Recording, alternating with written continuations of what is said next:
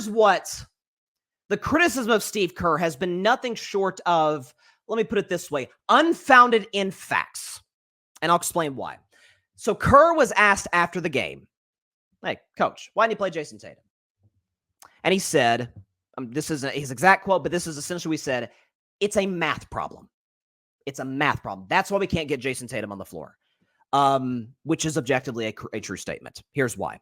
And I saw Brian Windhorst, who, by the way, Brian Windhorst said that this will be a close game weeks ago. So kudos to Brian Windhorst. But he said that this morning on Get Up. I was watching him on ESPN. He said 10 players on Team USA average between 16 and 22 minutes per game. 16 and 22 minutes.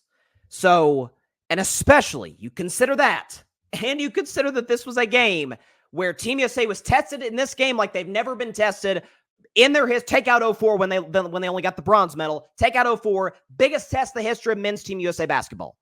I think even more so than the gold medal game in 08 against Spain. Okay, you're in a dogfight, and what do you do? This was a do-or-die game, right? This is in theory, they would have played another game on Saturday for bronze, but in theory, a win-or-go-home basketball game. And what do you do in those in the NBA playoffs? What does any smart coach do? Well, he shortens the rotations. He limits it to about 3 to 4 guys that are on the court basically all the time, and a couple of other role players. A Drew Holiday. I mean, Bam was getting minutes, and Curry yanked Bam. Anthony Davis at times was struggling defensively. He took Anthony Davis out. So Kerr was very strict, very tight with his rotations, as most coaches are in game 7s or in elimination games in the playoffs. That's how it works, believe it or not. But even more than that, and Alfred put together this graphic. I was able to find this as I was doing research, as I was prepping for the show tonight. So all those that are saying, it's a trap. Tatum doesn't hit the floor. What is going on? Does Steve Kerr even know what he's doing? He shouldn't even be a coach in the NBA for all I'm concerned. I'm about to put up a Jayson Tatum graphic that is going to blow your mind.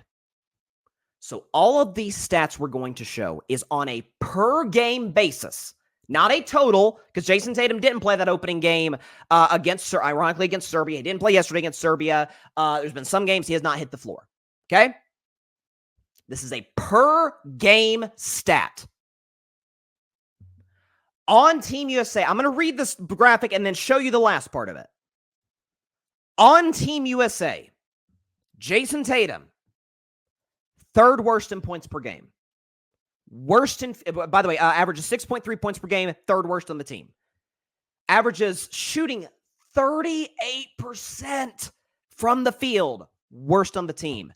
0% from 3-point range, obviously, worst on the team. These are per game stats. You ready for the kicker? Now we'll go and put up the graphic. Jayson Tatum is 5th on Team USA in minutes per game. Let that sit for a moment. Jayson Tatum is 5th on Team USA in terms of minutes per game. And he's putting up easily the worst numbers and has given you virtually no production whatsoever, playing on average, I want to repeat this, the 5th most minutes per game. I would pose the question to those who are saying, why didn't Jayson Tatum play? I'd turn that question around. Why should he play? Well, Bryce, he was first team All-NBA. Then why is so is that how we should base it off of now? So then by that logic, Drew Holiday shouldn't start, right? I mean, Drew Holiday, he's not like he's been making big corner threes throughout the tournament and playing fantastic defense. So Drew Holiday, I'm going to get this right. Drew Holiday shouldn't start, right? The best guard of the defensive guard of this generation should not start. Should not get more minutes than Jayson Tatum, despite objectively playing better. He should get more minutes than Steph Curry, who's just had the greatest Team USA game ever. He should get more minutes than the all-time Team USA leading scorer, Kevin Durant. He should get more minutes than LeBron James, who, I don't know, is almost shooting 70% from the field. He should get more minutes than Anthony Davis, who's been awesome defensively throughout this tournament, save for yesterday. Jokic kind of cooked him. He should get more minutes than Bam Adebayo, who's led Team USA in scoring. He should get more minutes than Anthony Edwards, who's led Team USA in scoring. He should get more minutes than those guys. Then Devin Booker, who had a massive 3.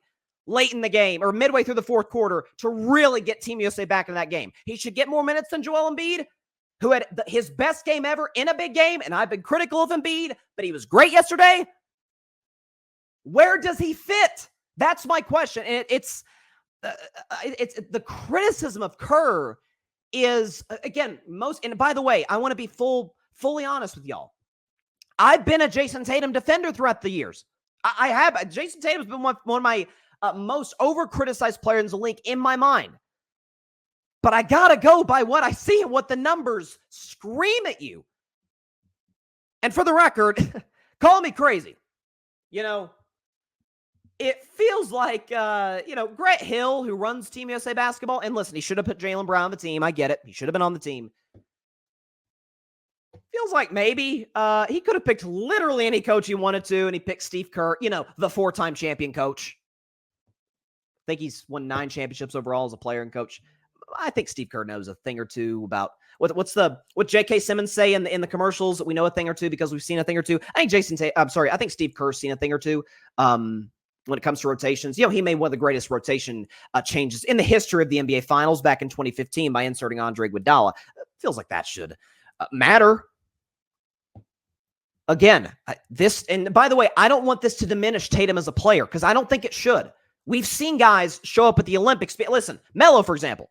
Like, I wasn't a huge Melo guy throughout his career. Guy was an awesome player to the Olympics. You know why? Because he fit.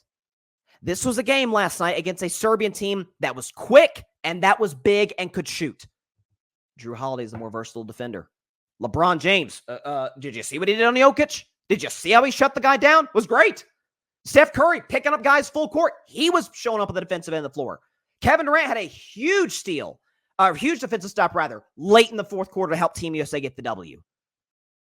Embiid did a solid, now not on Jokic, but in general did a pretty solid job defensively. So again, not only did the numbers back it up, the math backs it up, the eye test backs it up. You know what else backs it up? Team USA hasn't lost. They haven't lost. Again, if Tatum was putting up a performance, like one of the better players on the team, listen, that's a reasonable complaint. That's a reasonable, okay, Kerr's making a mistake here. What is he doing? He's been the worst player on the team. Put up the stat one more time.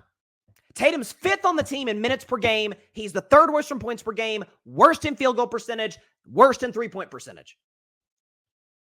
5th in minutes per game. So he's gotten his opportunities. Heck, he started some games. He started against South Sudan. I think it seemed like, if I remember correctly, he started against Puerto Rico the game after that in group stage play. So the idea that, Kerr's screwing him over. What is Steve Kerr? He's been terrible. Everybody on Team USA has been better than this guy. And again, it's not that Tatum's bad. It's not that Tatum wasn't deserving of being first-team All-NBA a year ago.